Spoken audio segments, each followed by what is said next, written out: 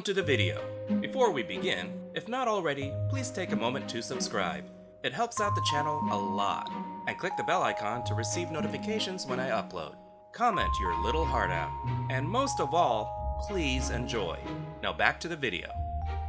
I'll be honest, I wasn't exactly excited about this movie. I was convinced they were just not going to do the original justice. The original Top Gun was still one of my favorite movies. Great soundtrack, great air-to-air action, shirtless volleyball. I just didn't think a sequel would have been as good. Can they do a sequel without rehashing what's been done already? And is it too late? From the director of Tron Legacy and Oblivion, this is Top Gun Maverick.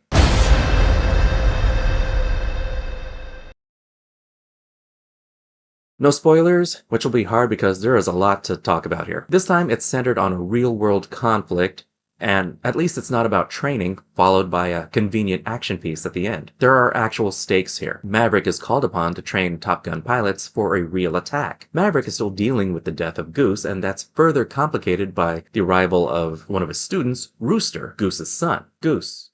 Rooster. I realized that later than I should have. I was worried it was going to be about Rooster just hating Maverick and blaming him for his father's death, and there's a little bit of that, but it's not the reason for the conflict. Miles Teller is really good as Goose's son.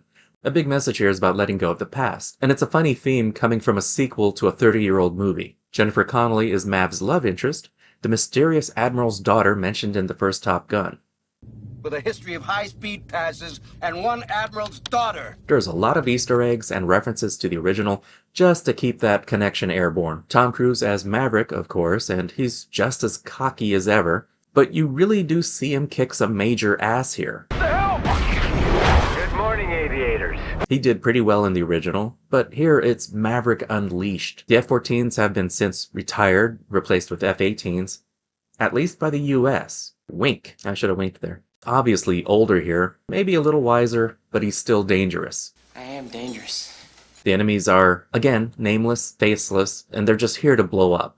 They're kind of Iranish in situation about nuclear enrichment programs when they shouldn't be, but that's pretty much it. They're just here to get blown up. Val Kilmer returns as Iceman.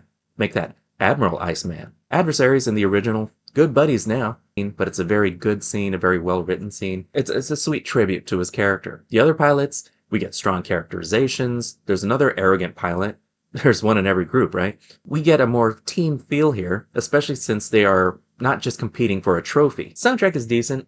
I have nothing against Lady Gaga, but just not enough Kenny Loggins. Joseph Kosinski directs the action with energy and tension.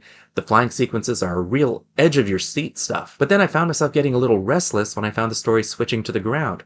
It's not that the story isn't interesting. I just want to see Maverick fly. Having an actual mission to work towards gives this movie more urgency than the original. There's a ticking clock, and they make a point that time is their worst enemy. When they get to the actual mission, it's a non-stop adrenaline rush. Missiles everywhere, flares, it's chaotic, and it's beautiful. Not exactly a remake or reboot, it's more of a logical evolution of the original. I feel the need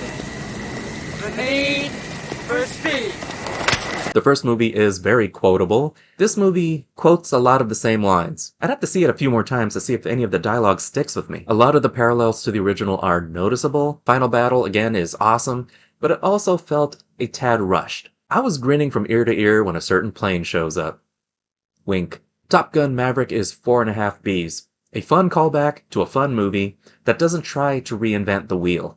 But it still accomplishes what it set out to do. It's bigger and more epic than the original. I think it has slightly less charm than the original. That was probably just being a product of the 80s. But it's still very well done. They didn't ruin Maverick as a character. The franchise is intact. That said, I would think twice before trying to make a third. This review's kind of late. I figured if you are a Top Gun fan, you would have already have seen it.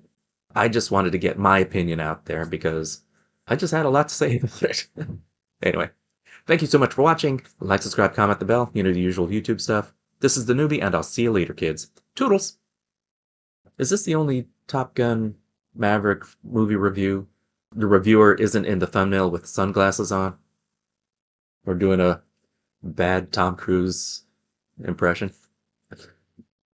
That ain't me, kids. I'm taller than Tom Cruise.